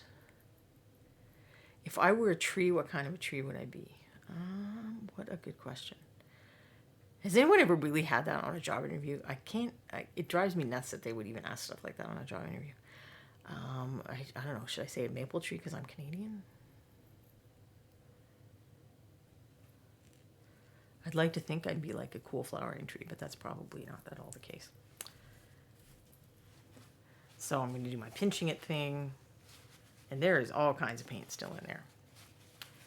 So one trick that I found recently is one of these, and this is one reason it's worth discussing the brush cleaning again. So this is called a paint puck. I actually got a pack of 5, and I meant to bring you one of these. Sorry, Michael. Hi, Princess Trunks 996. So it's like a soft silicone thing. It's got nubs of various heights, and then it's got these ridges around the edge. So I like to put it in, this is like a ramekin. I think I stole this from my kitchen. Because I can see where I am and what I'm doing. So it's made with the intention that you can put it at the bottom of your rinse cup. And supposedly these ones are actually made for oil painters, and if you put it at the bottom of a rinse cup that has solvent in it that the oil painters have to use to clean their brushes, it supposedly expands, and I'm like, okay, whatever. But it works just fine with water media. This same company that makes the paint pucks also makes, they now have a like specific water dish. I think it's bigger than this, so it's bigger than Reaper commemorative cup, and it's got the entire bottom has like textured stuff on it, and then it has little silicone things on the edges that you can hang your brushes off of, because in an ideal world, this is how you dry your brushes. You dry them point down. Horizontal is fine too, but it is better if you don't take a wet brush and put it in a container like this with the brush head up, because you're inviting the water to drip down into the ferrule and potentially damage the wood and stuff. And so usually after I finish painting, I clean my brushes and I leave them on my desk. So now that I've used the little paint puck, let's see if we still have any gray paint in there. And that definitely helped. I'm trying to decide if there might be a little. It was easier to tell when I was doing orange and blue. Because then the other tool that I recommend getting, even if you don't get a paint puck, get one of these. This is the Masters Brush Cleaner and Preserver. It is the best thing I've found. I actually have some like old skanky brushes Mad Hattress says that is a great info. I didn't know that. So I have some old brushes that I plan to fill up with paint and then demonstrate how well it cleans off. Now, in an ideal world, I would also clean out my rinse cup before I started, because I was using big brushes and thick paint, so that is not very clean water. And I didn't think about that before I started. But so it helps to get this soap a little bit wet. And now you can see that, yeah, there is still some gray in here because it's coming out on the thing. Then the other thing I do, so you can just scrub this into your hand. You could wear a plastic glove if you were worried. I mean, there's nothing in miniature paints that's going to bother your skin. I like doing this. This is slightly textured. So this is a damp sponge. And when I'm painting normally, not dry brushing, I usually use this to wick my brush. And then, you know, when you rinse out and you're just getting water off. So that's why there's stains on it, because I will dip my brush into the paint and then take some of the excess paint here. Clever Crow Studio that's in the chat uses a damp paper towel. It's going to be a similar thing. I like the sponges because you can reuse them for a long time. Eventually they do get a little caked up with paint. But I also like using them for this because I'm scrubbing the brush but with a super soft texture. So it's not going to damage the bristles or anything. I do the same thing with my, Kolinsky Sable brushes. With these I might, scrub around a little bit more because that paint is way up in there. And then I'll rinse it again and go through the paint puck again. And I'm probably going to have to rinse these out again because I might not be getting all the soap out either. And then do my test where I'm looking for any traces of color. Now, I don't worry if you get something like this. So this is actually blue from the first test I did was on this guy. It was a teal paint. And that paint guaranteed has phthalo blue in it. And phthalo blue is just a staining color. That doesn't mean that there's any paint particles or whatever in there. It's like a dye almost. So it will color your brushes. And there are other colors that will do that too. But phthalo blue is like the worst one for that. I thought I had... Yeah, that one's got blue on it too. But I thought I had one that had more like orange or something on it. So this probably is stuck paint, where you see, let's zoom way in. So this here is probably paint that I didn't get out around the ferrule. So this is like a makeup brush that I use for dry brushing. It's not the end of the world, but you get too much of this in here and you get paint up under here. That's when your brush, you've got your nice fancy brush, your nice round or whatever, that starts to split. That's one of the things that will make that happen. Is because you've got paint up here, so it's pushing the bristles apart. And that's one reason I'm going to the trouble of doing this. So it's not just whether it's going to, paint stuck in here will make the brush hard, and the next time you go to paint with it, it'll cause problems. But what you really want to avoid is paint up in here as much as possible. And particularly when you thin your paint down, it makes it want to go up there even more. This stuff will get hardened dry paint out. It can only do so much for getting up into the ferrule. Even I've used, Winsor Newton makes a liquid brush cleaner, and I used to kind of soak things in that. I don't know if it gets up into the ferrule better. I think this works so well that I've stopped bothering with the other one. If I had maybe like a massive disaster brush, but I've even fixed, there you can see the gray that's coming out of this one. I've even fixed paint and tape brushes. And if you ever want to see people be cool to brushes, paint and take is where to go. It's just, you just kind of sit there twitching the whole time watching them. Just, they gunk it up with paint and then just leave it sitting on their palette, or they put it in the water face down even though we tell them not to, or, brush down.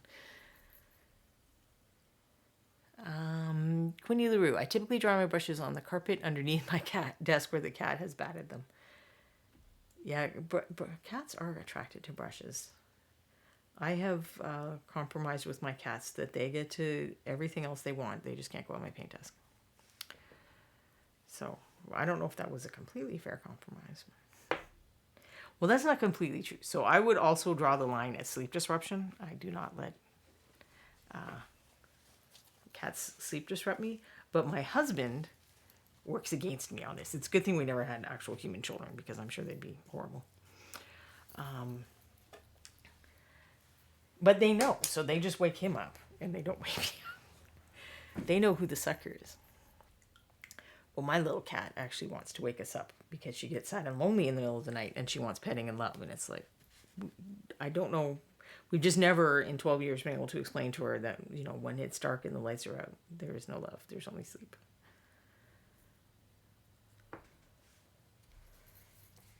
Did anyone have more questions other than what kind of tree would I be?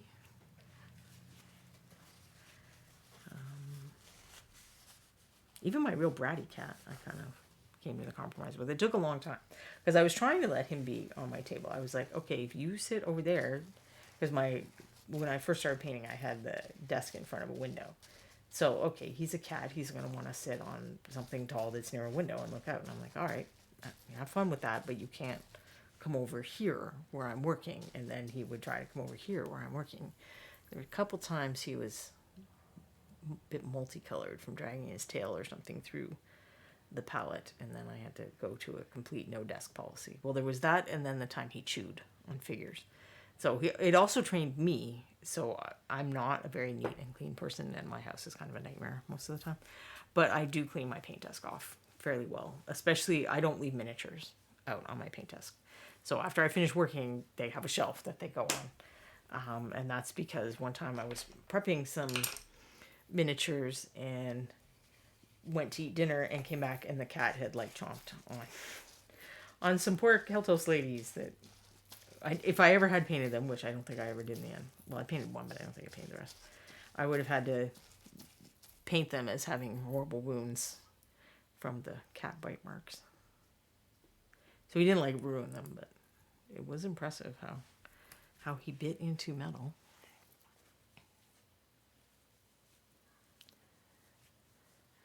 Queenie says, my cat actually sleeps in later than I do, but she dictates bedtimes.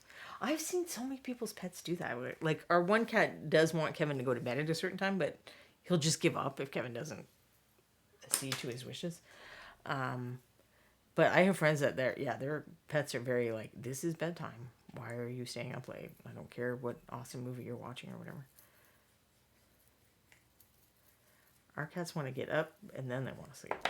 So it's like they want to get up and get excited about the dawn and all that stuff. Get some snacks out of my husband. And then go back to sleep. Well, our one cat gets walks.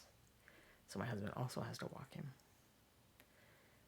He wears a little harness that he can get out of if he gets startled. He's gotten out of it several times. But at this point, he's so used to having the harness and the leash that I don't think he realizes he could run further away if he really tried. Which is good. It's amazing how much he devastates the wildlife on a leash. I mean, it's like, so I've kept him from grabbing rabbits, and now his new thing is chipmunks. So he's gotten chipmunks a couple times, or maybe it's the same chipmunk and it's not very smart. I don't know. But we make him drop the chipmunks. We're like, okay, mice and stuff are one thing. You don't need to eat any chipmunks. We feed you more than enough. Literally more than enough.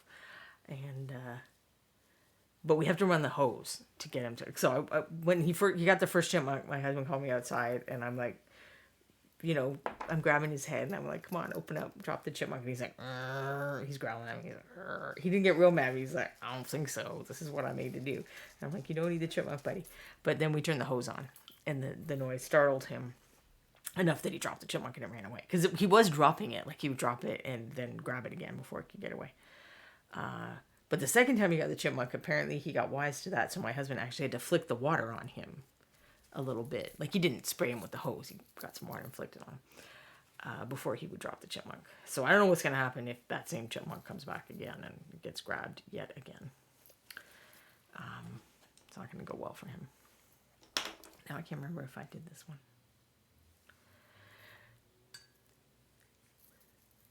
Oh, I would guess not, since gray is coming out of it. Clever Crow says chipmunks are stupid. Based on that one, I would have to say yes. Star Wars Geek has a cat who is like a breathing alarm clock. 5:30 a.m. every morning. The rest of the cats are all still sleeping. Yeah, our guy's pretty good at knowing when it's 8 o'clock. And it's time for my husband to get up. Oh, Raiders. High grade Paladin art and Raiders.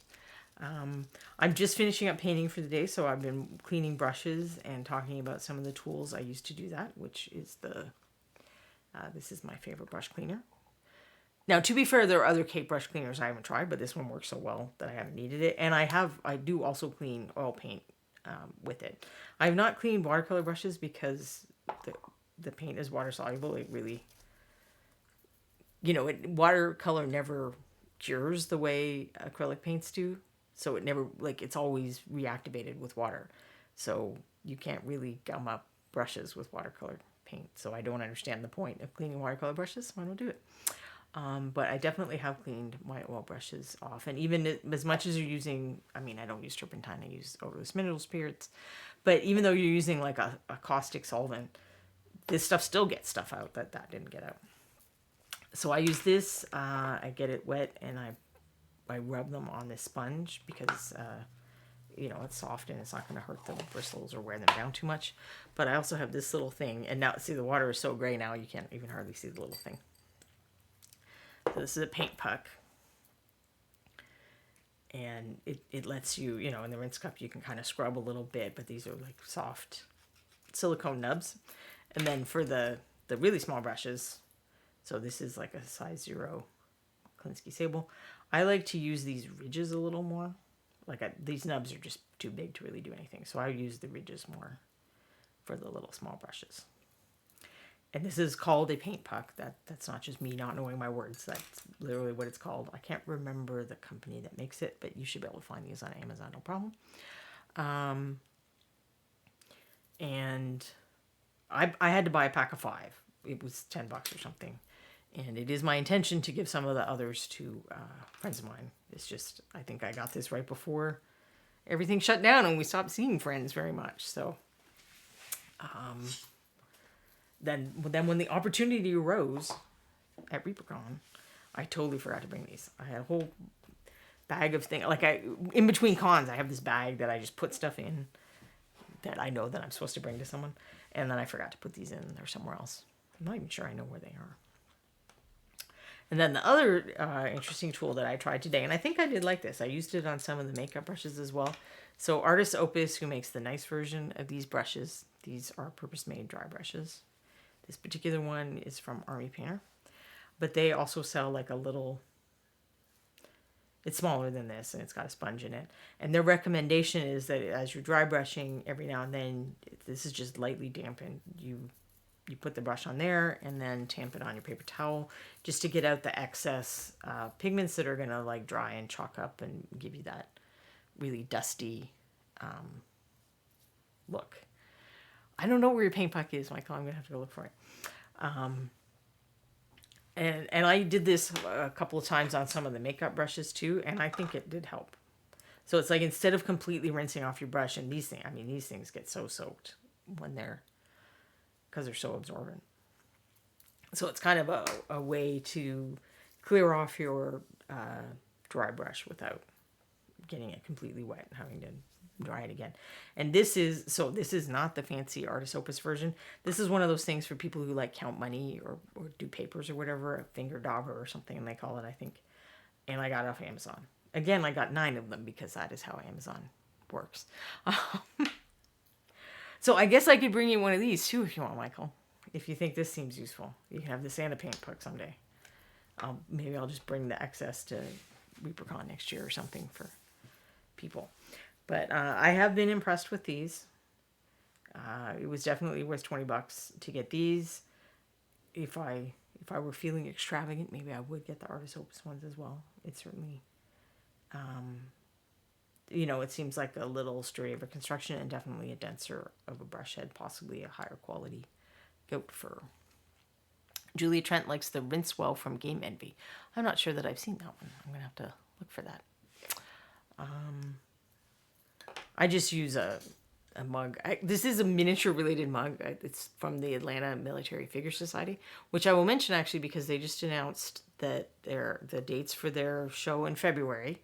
And I do recommend going to a military figure show. They have fantasy and sci-fi and horror miniatures as well. In fact, they have a separate category for all of those things. And you can enter, and most of the clubs are very encouraging to non-historical figure painters as well as historical figure painters. But the Atlanta show I've really liked. They're very welcoming to our side of the hobby, and they're also very welcoming to younger people and newer people. A lot of these clubs, some of the guys are getting kind of old, and if they aren't welcoming, the club isn't going to be around very much longer. But so the military show, or the model show, and in fact they don't even call it. So it's the Atlanta Military Figure Society, but it's the Atlanta Model Figure Show is their show, and it's February 18th to 20th next year. If you're on my artist Facebook thing, I think I put it on my regular Facebook page too. I shared the they don't, I mean, they do have a web page. I don't know if they've updated it, but they shared a photo with information and a link to the hotel if you want to stay at the hotel and get the room rate and stuff.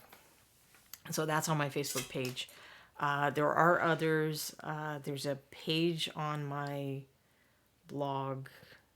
It's like convention contest information or convention information or something like that. But down at the bottom, I've listed all of the conventions and shows that I know of that have like a miniature painting contest type thing. And if you know of one that I don't have on the page, please let me know and I'll add it. Trash Runner says, I think we need a stream of just damping the brushes. Julie Trent clarified on the rinse well. You have a ball of water on the top and it has a puddle of water in the container. When the water in the small well is dirty, you flush it into the large container in the bottom, then it refills to clean water in the well. Well, that is interesting. I'm not sure what a stream of just damping is. Just this thing. So yes, I would consider, even if you only play games or whatever, I would consider coming out to one of those shows. You'll see some really cool stuff, both fantasy and like the historical guys. They do things that for us to learn from, and I think we do things for them to learn from as well. So, it's if you've been to ReaperCon, it's a show like that where everything's out on tables so you can see it really well. And they use that same medal system where it's not just the top 3 best people in a category get something. It's you are assessed kind of against the best possible version of what you could have done and awarded, bronze, silver, or gold. And I've had a lot of fun at the Atlanta. I'm not 100% sure I'm going to go. It depends on how my back feels, whether I can drive 3 hours. But I've gone to that one 4 or 5 years now, I think. And I've had a great time. Met some nice people. And, Aaron Lovejoy should be there because he lives pretty close to there and he's gone to them usually. And then, so his girlfriend Liz, and then the other Liz, Elizabeth Beckley, lives near there, so she should go as well. So there are definitely people on our side at the Atlanta show. The other one, they just did it, I think, was the Chicago show. That's the MMSI. And they just had theirs. But there's also fantasy people there. There's Noelle. I think Sue Wachowski still goes. So I don't assume that they're just going to all be like these old, cranky military men. Because I don't. Trash Mary says, I rate this show 11 out of 10. A+ would damp again. RhondaCon does not have a miniature contest at it. It may not even have miniatures at it anymore. We'll see. Yeah, so there's one in Oklahoma, I think. Is there one in Texas? Do you remember, Michael? But yeah, those are worth checking out. And then there's the IMPS, which is the International IPMS, I think, the International Plastic Modeling Society. They have a show that's kind of similar, but they have like a million categories and they grade things a little differently. But I also recommend going to one of those if you have one that you can get to. And there's one in Knoxville even. It took me years to get to it because I had another event that would always have like a more miniature oriented event that would happen that weekend. But finally there was the year, 2019 was the year that I was able to get to ours. And it was definitely worth going to. I don't know that I'd travel to go to that one. Like it would be like if you could drive back there and back in a day, but those probably differ depending on where you live on how big the show is and how big a deal it was. Clever Crow said there used to be one in Texas, but he's not sure they've had one in a while. And Trashram is finding the IWPS, the International Wombat Painting Society. Well, you should definitely talk to Ron for funding for that, because you know how he loves wombats. So he should be the official sponsor of the IWPS. And so there's an IMPS show in Colorado in March. I think the Knoxville one was May. But they're pretty good about it. They have a web page and the different chapters. You should be able to find out information about the shows. The military figure societies are a little less coordinated, I think. So I've put the ones that I know about in the one blog post that I have. If you can't find it, just DM me and I'll get you a link. But I definitely recommend going out of your comfort zone of just attending, miniature gamer type events. Because if you're into painting and art kinds of figures, there's also Wonderfest, which is like more garage model oriented, and there's probably some other garage model oriented type shows. Those are like the bigger pieces, but I think they have some miniature stuff too. I know that Bombshell Miniatures usually attends that one. They weren't able to go this year because they had personal health crises, but so they usually go there. But yes, so I have no financial stake in any of these things, so I'm just promoting this on the basis of I found it really interesting to check out what other people in our hobby are doing and tangential to our hobby as well. So don't be too laser focused on just how miniature painters do it. You can borrow a lot of ideas and skills and just have fun talking to other people who like small or smallish things and the painting of said. So if you do go to the Atlanta show, maybe I'll see you there if I'm able to go. I don't, this is a world where I don't like making too many advanced plans anymore, I guess, because you know how it is. Star Wars Geek says we have Jersey Fest here in New Jersey, which is for resin kits and stuff. Great show. That sounds like Wonderfest, and that sounds pretty cool, too. I wonder if Greg Zuniga has been to that. He's a miniature painter who is from New Jersey. So I think that's everything I had for today. It was interesting how much faster it was to paint even though the terrain piece, the surface area was bigger. I guess because we were kind of doing the same thing over it, and then those big makeup brushes really shine, so I didn't have to manipulate the brush as much. I will quickly run through your other Reaper Miniatures Twitch channel options for the week. So every day from Monday to Friday, 11:30 a.m. This is Central Time. All times are in Texas time because everything's bigger in Texas. I don't know. So you can watch Ann Forrester, who's the lady who designed the Reaper miniature paint lines, paint various things. My show is Monday at 2 p.m. Clever Crow Studio, who I don't think did give us any hints about who's on his show tomorrow.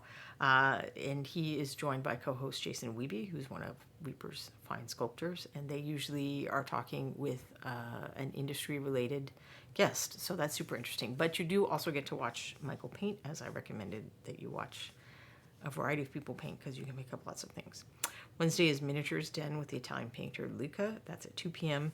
Thursday is the Crafty Creative with Josh Foreman, also at 2 p.m. And he does terrain and maquettes, and he's just Crafty Creative is an excellent name for his show because he is both of those things. Hi, Sidwi. You missed me painting terrain. And then Reaper Live at 6 p.m., which everyone... Clever Crow doesn't know who the guest is going to be, so the suspense will be ended for all of us tomorrow. Reaper Live, you already know about. That's where you go to get cool free stuff. And then Friday is Reaper Land at 3 p.m. That's like the community show. And then every other week, sadly not this week because we did it last week, is Reaper Errant. So that's a role-playing game that myself and Michael and another painter and then 3 of the sculptors are role-playing in a Dungeons & Dragons 5th edition game that is run by Nightheart Errant. And Sidwi is one of the people who helps make that game awesome because if you want to see terrain and painted miniatures and stuff, that is the place to go. Grey Wolf says the guys need to update the Twitch schedule. Is it not correct anymore? Because I didn't think we added anything. Yes, so the Clever Crow's character's quest is to get a ring of fireballs, and the quest of everybody else in the party is for him to not have a ring of fireballs, because that is the day we die. I mean, I guess we'll go out in a blaze of glory, quite literally, but it hasn't been correct for a while. Okay, somehow I never have seen the little list. Siri says, thank you so much. You and the crew love about the terrain and the miniatures just make Franks and I feel so good. Well, that's good. And it's not just terrain and miniatures, because there's music and there's sound effects, and sometimes we get snow or rain or stuff. It's super cool. It's like a whole experience for the senses. And then I also get to hang out with my friends, and then for some reason some of you guys like to come watch us be completely ridiculous, which we often are. But I can't wear my special new hat. I almost wore my hat today.